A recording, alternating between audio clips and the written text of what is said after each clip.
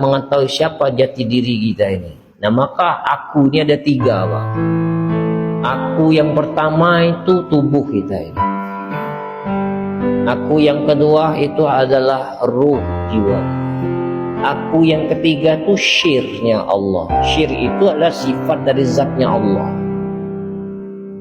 Jadi begini, kalau kita ingin memahami itu, waktu kita sholat, apa sholat isya? Usolli fardhu isya'i 4 raka'atin mustaqbilal adaan makmuman lillahi ta'ala. Nah, itu niatnya ya. Sengaja aku sholat isya 4 rakaat menghadap kiblat makmum karena Allah. Akunya kemana?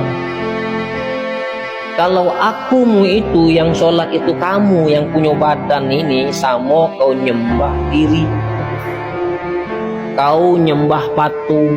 Apa bedanya? Kau nyembah berhala, sama. Karena akunya kemana? Ke diri. Yang sholat itu kamu. Inilah namanya tingkat syariat. Berarti orang yang masih mengaku bahwa yang sholat itu dirinya, berarti dia di makom syariat. Orang yang di makom syariat ini kapan mati badannya jadi tanah, dimakan cacing-cacing tanah jadi tanah. Nah, lalu kau memahami, tubuh ini tidak bisa bergerak tanpa adanya ruh. Nah, lalu kau berkeyakinan yang sholatnya ruh kamu. Nah, ini yang disebut kamu menyembah hawa nafsu. Masalah dulu. Ini yang disebut yang namanya tirakat. Orang yang tirakat ini kapan mati badannya itu kering, tidak hancur. Nah, ketika kau sholat, akunya ini adalah kesyirnya Allah. Tidak ada yang sholat kecuali Allah yang menyolatkan. Hayya 'alas sholah. Ayo sholat. Apa jawabannya? La haula wala quwwata illa billah. Tidak ada yang dapat dilakukan tanpa pertolongan Allah. Oh, berarti kau tidak bisa sholat kalau tidak ditolong oleh Allah. Jadi yang sholat itu siapa? Yang nyolatkan kita itu siapa? Yang memberikan gerak hati kita siapa? Yang bisa mengizinkan kita mengangkat takbir itu siapa? Yang bisa menyebut Allahu Akbar siapa?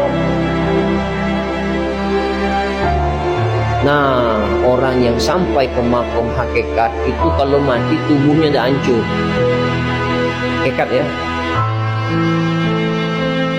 Tubuhnya tak hancur karena yang dia merasa itu adalah yang sholat itu sebenarnya dikarenakan Allah lah bisa sholat. Inna sholati wa nusuki wa mahyaya wa mamati lillahi rabbil alamin. Sesungguhnya sholatku, ibadahku, hidup dan matiku. Ingat, bahasanya begini, dikarenakan Allah, bukan karena Allah. Kalau karena Allah itu hamba dan holik itu masih jauh. Seolah-olah Allah itu butuh kita. Allah tidak butuh kita. Seluruh dunia ini tak sholat, tak nyembah kamu juga Allah tetap mulia. Seluruh dunia ini juga nyembah kamu juga Allah tidak juga merasa mulia. Tetap Allah itu tetap berdiri dalam keadaan sempurna. Jadi 3 akunya. Nah, yang paling hebat lagi ini, ketika dia sholat, akunya itu tidak ada kecuali Allah. Ini orang kalau sudah sampai ilmu ma'rifat itu tubuhnya hilang, Pak. Masuk katanya hilang. Tidak nampak lagi tulangnya, tidak ada. Apanya tidak ada. Ini sudah sampai ilmu ma'rifat. Ini cara orang mati dia dapat tadi. Orang yang duduk di makom syariat badannya hancur di tengah. Orang duduk di makom thariqat dia badannya kering tapi tidak hilang, kering badannya. Di makom hakikat badannya utuh, di makom ma'rifat badannya diangkat oleh Allah, hilang. Nah, jadi untuk mengenal diri itu salah satu diri sejati itu sesungguhnya adalah syirnya Allah. Allah meletakkan syir itu pada hati orang yang paling ikhlas. Kau tak akan pernah bisa bertemu dengan syirnya Allah apabila hatimu belum ada ikhlas di dalam diri. Maka ikhlas itu sedikit. Kenapa ikhlas itu sedikit? Itu gambaran penghuni surga itu sedikit. Maka yang belajar ilmu tasawuf ini sedikit. Dan jangan kita merasakan sendirian. Enggak. Mereka-mereka yang belum dikasih oleh Allah kesempatan itu, hakikatnya itu dieliminasi oleh Allah untuk tidak diizinkan untuk belajar. Nah, tapi kami tidak ngerti Ustaz. Dia maksud Ustaz, dia dengar terakhir. Kakek lama-lama kalau sudah ada rasa cinta kita kepada Allah, nanti perkataan-perkataan yang saya sampaikan ini akan kau rindukan. Sekarang belum, tidak masuk katik-katik. Ya biarlah.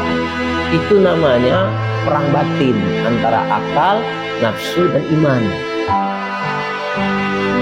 Itu Pak Dono. Ya, alhamdulillah. Ya silakan Pak Ketua.